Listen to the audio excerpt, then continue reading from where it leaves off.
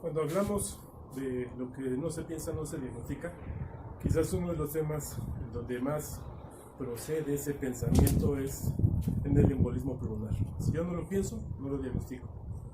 Y sabemos que si yo hago un diagnóstico precoz, la mortalidad se va a reducir dramáticamente, ya que los signos y síntomas son inespecíficos y lo más importante, o la piedra angular en el diagnóstico, es sospechar, ¿sí? La trombosis venosa sabemos que se asocia mucho al embolismo pulmonar, pero muchas veces o no preguntamos, o no revisamos al paciente, o no lo tomamos en cuenta como un grave factor de riesgo. Entonces es importante pensarlo. La mayoría de pacientes que mueren por embolismo pulmonar no tenían el diagnóstico de embolismo pulmonar ni tratamiento profiláctico. El diagnóstico muchas veces se hace en la necropsia y eso no debería ser. Sabemos que la venostasis, la hipercoagulabilidad, la inflamación de la pared vascular, pues nos llevan a una trombosis venosa profunda y en cualquier momento nos puede generar un embolismo pulmonar. La causa más común, la trombosis en extremidades inferiores, la trombosis venosa, es lo que más comúnmente nos produce embolismo pulmonar. En Estados Unidos, por ejemplo, no se diagnostican 400,000 defunciones hasta la necropsia. Es una de las principales causas de muerte súbita y cuando se diagnostica por la necropsia se evidencia un error en el diagnóstico de hasta 70%. Entonces es muy importante sospechar embolismo pulmonar para poder diagnosticar. ¿Cuáles son los datos clínicos que me hacen pensar en embolismo pulmonar? Dolor de tórax, taquicardia, dolor abdominal superior, presencia de síncope, hemoptisis, dificultad respiratoria, que es la disnea, a veces disritmias o síntomas torácicos inexplicables. Existía una triada clásica que consistía en hemoptisis, disnea y dolor torácico, pero solo se presenta en un 20% de los pacientes con embolismo pulmonar. Dentro de los hallazgos físicos, de acuerdo a las estadísticas, lo que es más común es la taquipnea, frecuencia respiratoria mayor de 16 por minuto, la presencia de estertores, el reforzamiento del segundo ruido, taquicardia, que yo creo que es uno de los síntomas más importantes, mayor a 110 por minuto, a veces fiebre, color arriba de 37.8 grados, y aforesis, que es un síntoma que muchas veces nos genera mucha ansiedad en urgencias, porque el paciente que nunca refiere ser un paciente que sube mucho, vive con diaforesis. Entonces, con diaforesis debemos pensar en dos probabilidades: uno, infarto agudo del miocardio, y dos, embolismo pulmonar. El paciente que hace falla cardíaca aguda presenta galope, y siempre verificar si el paciente o la paciente tiene datos de tromboflebitis, edema de miembros inferiores y evidencia de hipoxia. Recordar nuevamente, lo que no se piensa no se diagnostica. Y conforme nosotros vamos conociendo más de la medicina, pues es más fácil que podamos hacer diagnósticos. Entonces, si yo no pienso en ese diagnóstico, no lo voy a diagnosticar, pero conforme pasa el tiempo y vamos conociendo más diagnósticos, más padecimientos, la experiencia nos va a llevar hacia diagnósticos más precisos. Entonces, ¿en quién debo pensar que puede hacer tromboembolismo? Pues en todo paciente o paciente femenino que tenga trombosis venosa profunda, antecedentes de cirugía reciente con la posibilidad o la evidencia de que el paciente estuvo acostado mucho tiempo, inmovilización prolongada. Pacientes con embarazo, datos que tienen pacientes que han tenido datos de malignidad o que ya tienen diagnóstico de malignidad, de neoplasia, y pacientes con fracturas de huesos largos, que eso es algo de los factores más importantes y de más riesgo actualmente.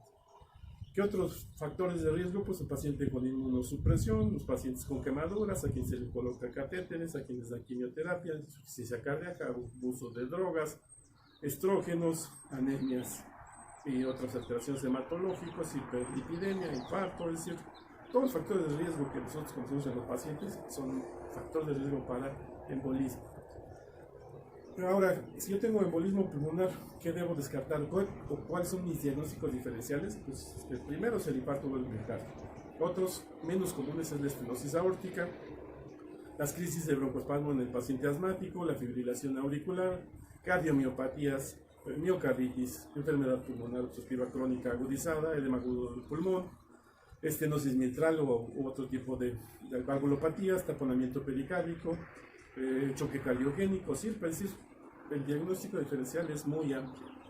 Entonces debemos pensar en qué otra posibilidad tiene el paciente de de diagnóstico. Sin embargo, tener en cuenta que el embolismo pulmonar es uno de los más graves, es un infarto del pulmón. ¿Qué estudios le tengo que hacer al paciente? Pues hay que hacerle los estudios básicos, biometría química, electrolitos, hay que hacerle una gasometría, hay que hacerle un dímero D, las pruebas de coagulación, ¿sí?, que nos pueden ayudar.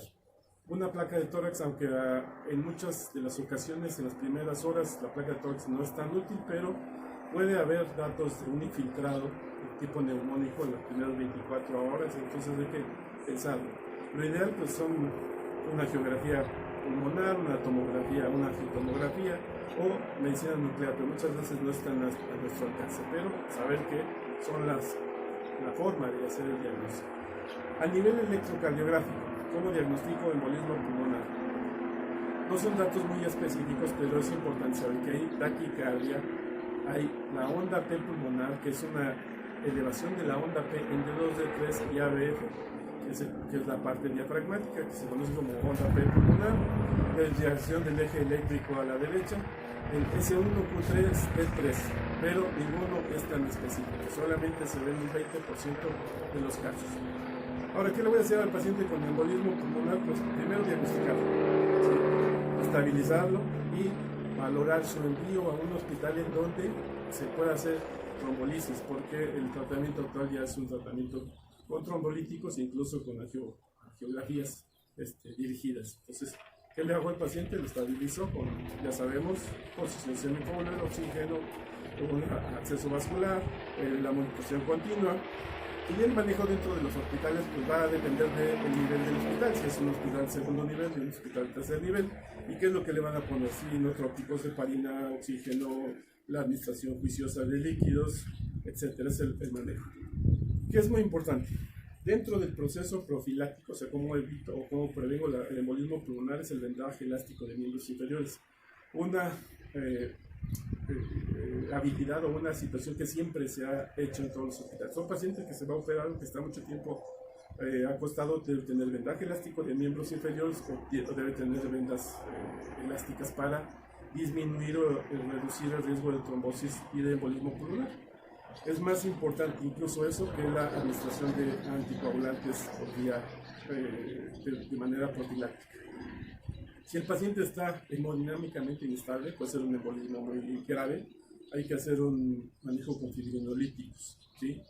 Si hay una falla cardíaca derecha aguda, también hay que manejar trombolíticos o fibrinolíticos, y cuál es pues el que tengamos, la streptokinasa, tenecteplase, lo que tengamos a la mano, ¿sí?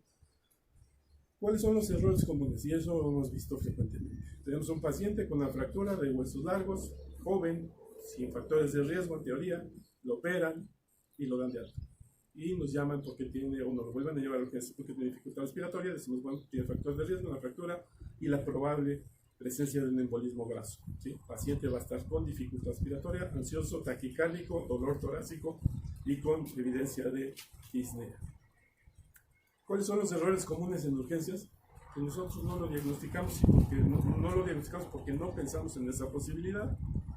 No detectamos la presencia o factor de riesgo que es la trombosis venosa. Utilizamos a veces heparina dosis subóptimas y no hacemos la trombolisis. Entonces, probablemente lo más importante del embolismo pulmonar es el diagnóstico. Ya el tratamiento va a ser probablemente el segundo o tercer nivel, dependiendo del sitio donde se recibe el paciente, pero lo más importante para nosotros como médicos generales, médicos del servicio de urgencias, es hacer el diagnóstico oportuno para que el paciente tenga un mejor tratamiento.